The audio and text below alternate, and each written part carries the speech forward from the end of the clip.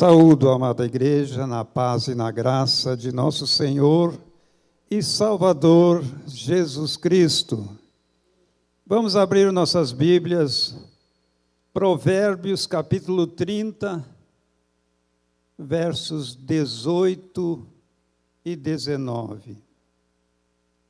Provérbios capítulo 30, versos 18 e 19.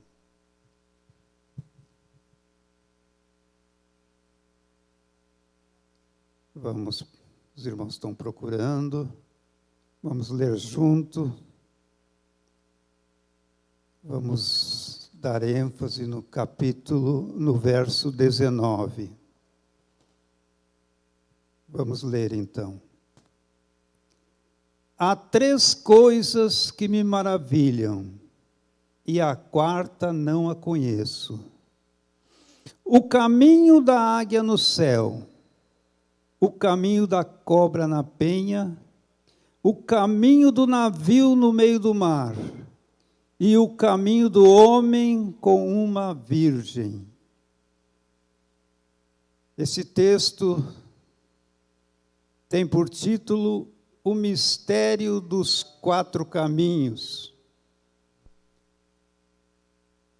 Eu quero dizer que admiro muito quem prega com poder, autoridade e graça, porém eu não me acho pregador, mas sou simplesmente um intérprete da palavra. E quero interpretar isso aqui. Talvez você já leu esse versículo e não entendeu nada. Talvez você até agora também não tenha entendido. Eu peço que se assentem.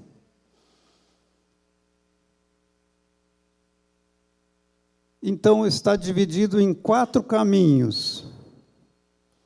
E cada caminho tem um significado. A palavra de Deus é interessante, é maravilhosa, mas muitas vezes precisa ser entendida. Tem que entender o significado. E traz-nos aqui 4 mensagens neste versículo 19 de Provérbios 30. Primeiro, o caminho da águia no céu. A águia, ela possui uma estrutura óssea cilíndrica que lhe possibilita voar a grande altura, o que é uma figura da igreja. Porque a igreja, pela fé e oração, alcança grandes alturas, grande altura, até chegar diante do trono da graça. Então, já começamos a entender que tem um significado maravilhoso, esta frase, o caminho da águia no céu, figura da igreja, a águia. A águia, voar requer grande esforço, figura também da igreja, a qual Jesus disse que o reino dos céus é ganho por esforço.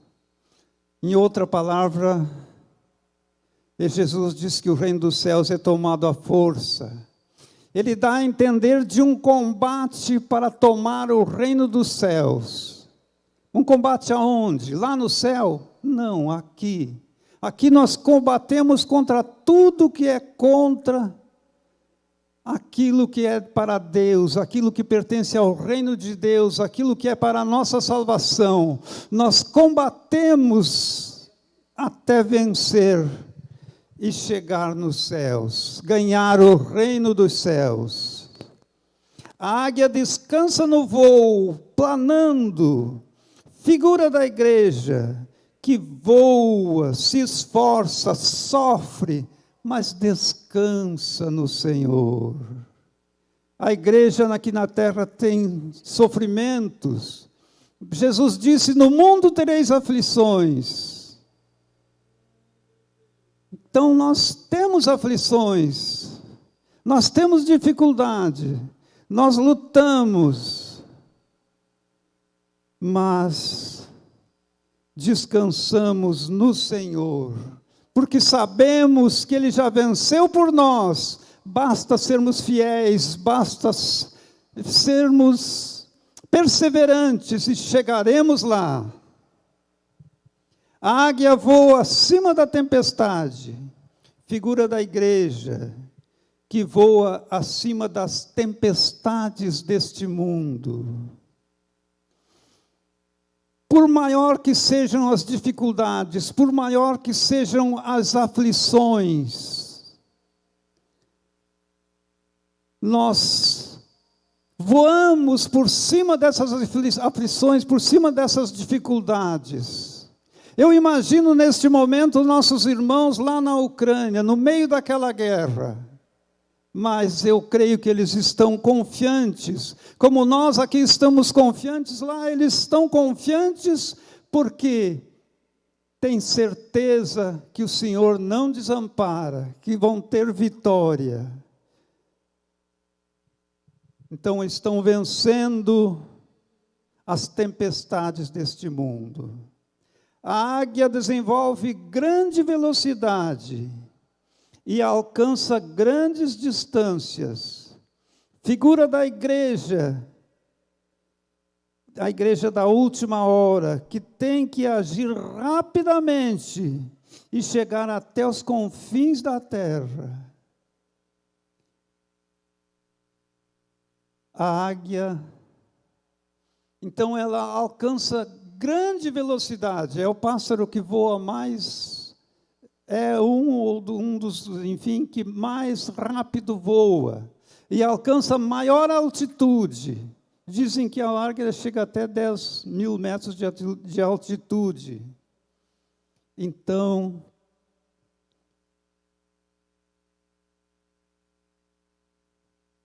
é uma figura da igreja, porque a igreja tem que andar rápido nesses últimos dias, porque urge que a igreja alcance que chegue até os confins da terra, como diz a palavra, que alcance aqueles que precisam ser salvos, porque breve Jesus voltará. Nós estamos vivendo os últimos dias, nós estamos vivendo dias que antecedem a volta de Jesus e a grande tribulação. Então, já vivemos até um pouquinho da grande tribulação aqui na terra. Tudo que vai acontecer durante a grande tribulação já está acontecendo um pouco aqui na terra. Dentro da natureza, dentro da pecaminosidade da humanidade, tudo já está acontecendo. Então tudo nos mostra que Jesus está voltando, e urge que façamos a obra de Deus, que pregamos o Evangelho, que façamos a obra missionária. A águia habita em lugar alto, estar em segurança, a igreja está em segurança contra a águia, ela está em segurança contra o caçador. Qual é o caçador da igreja, de nós? O diabo. Nós temos que estar em segurança. Por isso, somos do alto também como a águia. Vamos alto, porque na nossa fé, somos do alto e fugimos do caçador, que é o diabo. A águia troca as penas, volta ao lugar de origem. A igreja, o crente, precisa se renovar espiritualmente, precisa voltar ao local de origem, reconhecer, lembrar de onde o Senhor o tirou. Assim como a águia volta ao lugar de origem para trocar as penas, para trocar as unhas, trocar o bico, para se renovar depois de uma certa idade, ela se renova e ainda vive por muitos e muitos anos. O crente tem que se renovar de tempo em tempo, porque a nossa tendência é esfriar espiritualmente. A nossa tendência é nos acomodarmos, é pararmos, é não nos interessarmos mais, é não ter mais aquele gosto, aquele prazer, aquele gozo dos primeiros tempos, aquela satisfação quando éramos novos convertidos, quando tinha aquele prazer de ir para a igreja, quando se levantava de manhã. Eu lembro que quando levantava de manhã, eu já lembrava, hoje é dia de culto, dava um novo alento para o dia. Então, aquela expectativa do dia do culto, das coisas de Deus, o crente precisa voltar nas origens, e principalmente se lembrar da onde o Senhor o tirou, porque nós passamos por situações de pecaminosidade, de dificuldade, situação nas mais diversas ordens, onde havia dificuldades, e que muitas vezes nos esquecemos. Tem muitas vezes até há quem se ache grande, se ache poderoso, se acha que está bem financeiramente, está bem profissionalmente, está bem em todos os sentidos, e não precisa mais dos princípios da igreja. Mas é importante lembrar da onde saiu, da onde eu saí, da onde você saiu, para dar valor à salvação, dar valor continuamente, continuarmos nos renovando e pretendendo cada vez mais estar mais próximos do Senhor. Então, essa é a primeira, é o caminho da águia no céu, que é o primeiro. E o segundo, o caminho da cobra na rocha. A cobra é uma figura do diabo. A rocha ou penha é o crente. A cobra, uma cobra, ela tem a sua toca, o seu lugar de morada, e ela habita num círculo, num diâmetro aí de metros ou poucos quilômetros, aonde ela habita. E ela sai e vai andando, mas ela volta sempre para o mesmo lugar, porque ela deixa cheiro aonde ela passa, e ela volta pelo seu próprio cheiro, pelo seu próprio rastro. Então, aí podemos entender o que é o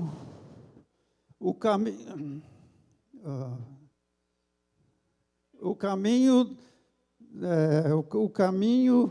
da cobra na rocha, o caminho da cobra na penha. Como é que fica rastro? Que rastro é esse? O rastro do cheiro.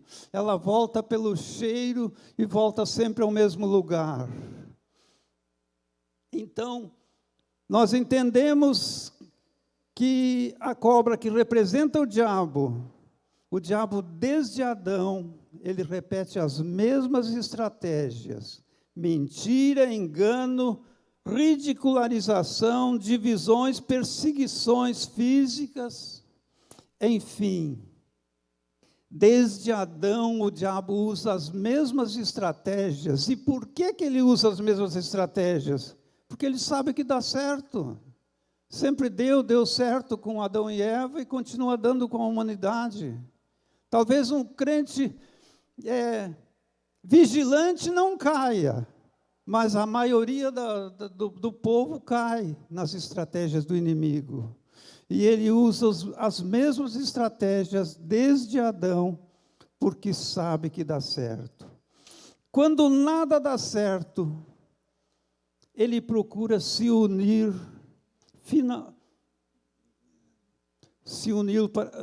para finalmente vencer. É um exemplo lá de Esdras. Os inimigos de Esdras lutaram por todos os meios para impedir que ele construísse o muro. Quando o muro estava quase pronto, quando viram que não tinha mais jeito de impedir, eles quiseram se unir com Esdras. Mas Esdras era um servo de Deus alerta e não caiu nessa. Não se uniu com o inimigo. Mas muitas vezes o inimigo tem usado essa estratégia e tem conseguido. Quando a igreja foi instituída, nos primeiros 300 anos ela foi perseguida com morte, tortura, com todos os meios para fazer impedir que a igreja continuasse. Quando o diabo viu que não tinha jeito, quanto mais perseguia, quanto mais matava, quanto mais destruía, mais a igreja crescia. O que ele fez? Se uniu. E daí veio essa liberdade religiosa que misturou tudo a partir daquele tempo. E as religiões tradicionais estão até hoje permeadas de mundo. Mundo e igreja é a mesma coisa. Então, deu certo. E está dando certo até hoje, e vai dar certo para muitas pessoas desavisadas até o dia da volta de Jesus.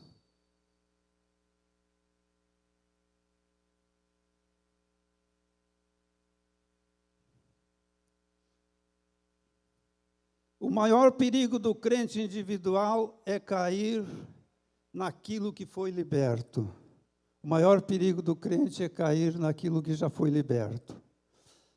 O diabo, como nós dissemos, a cobra volta pelo cheiro, volta pelo rastro que ela deixou, volta sempre ao mesmo lugar.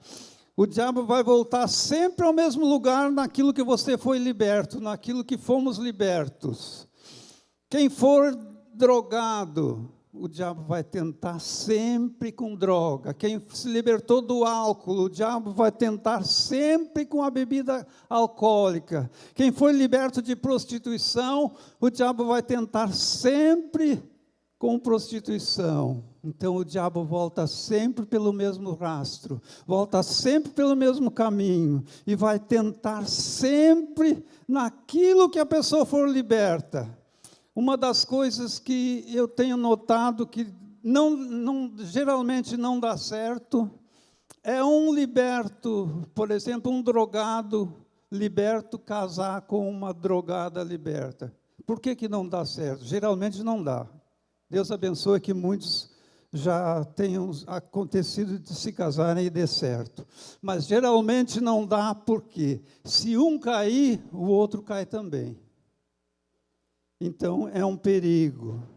Então, esse é o caminho da cobra sobre a rocha.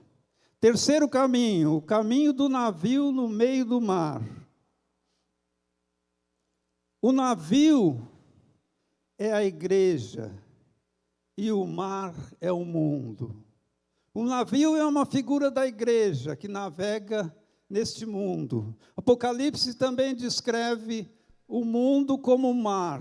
O mar é a multidão, é o povo, é este mundão. Então, a igreja está navegando no meio desse mundão, no meio deste povo, no meio deste mar.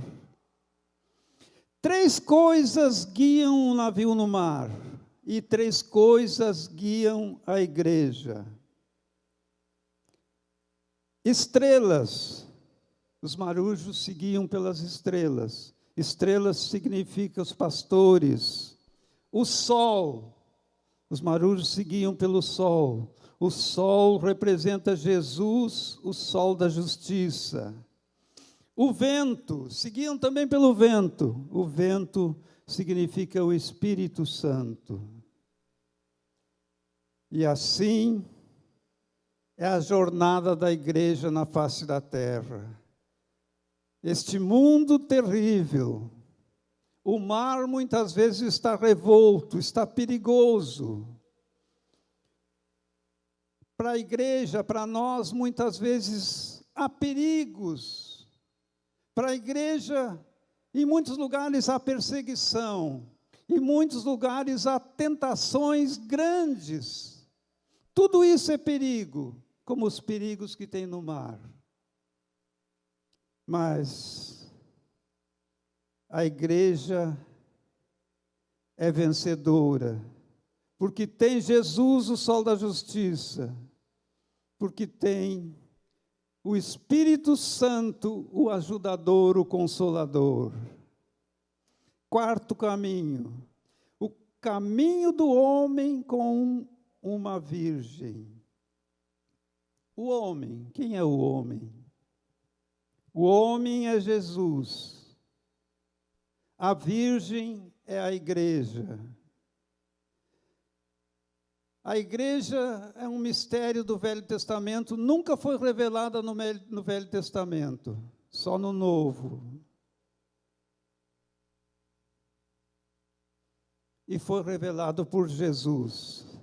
Jesus vem caminhando há 2000 anos com a Virgem, a noiva, e breve a levará para as bodas do Cordeiro.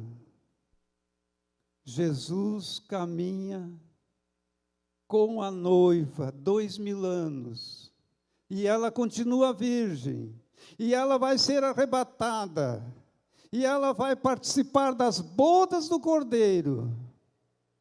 A igreja do Senhor, a virgem, vai ser arrebatada, vai ser levada aos céus, e haverá as bodas do Cordeiro. Este é o caminho do homem com uma virgem. Paulo usou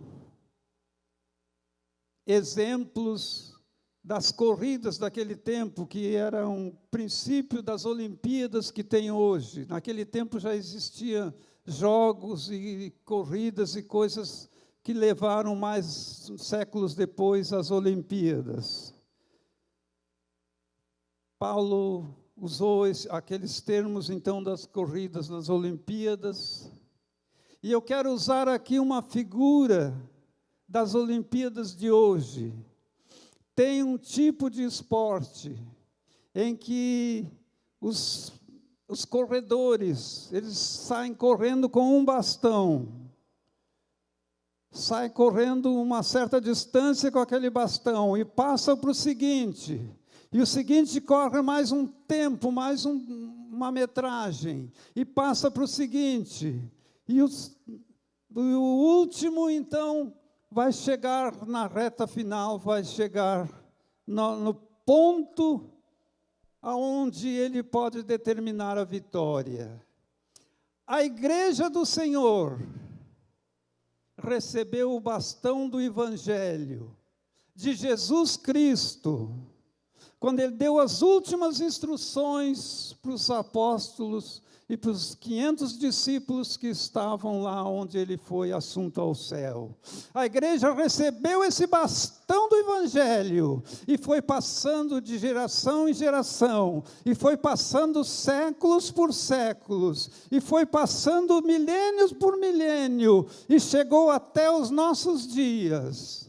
E eu tenho, para encerrar, eu tenho por convicção que este bastão do Evangelho que está nas nossas mãos nesses dias atuais, nas mãos da igreja, essa igreja atual, eu entendo que esta igreja atual, que nós somos aqueles que temos o bastão que vai entregar de volta, o bastão do Evangelho vai entregar de volta para Jesus no dia do arrebatamento.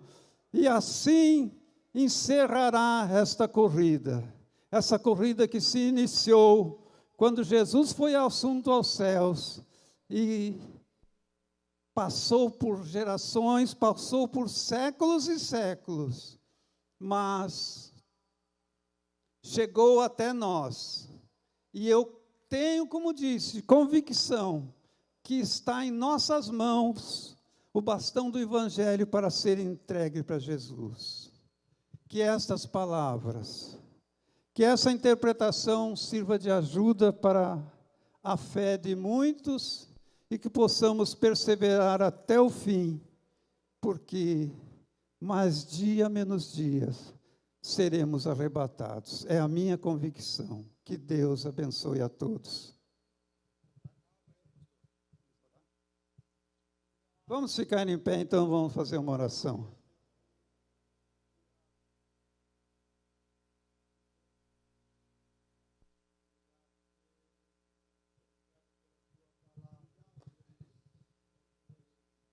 Oramos então. Senhor nosso Deus, grande, eterno, maravilhoso e santo, Deus vivo, Deus verdadeiro, mais uma vez te honramos, te louvamos e te glorificamos.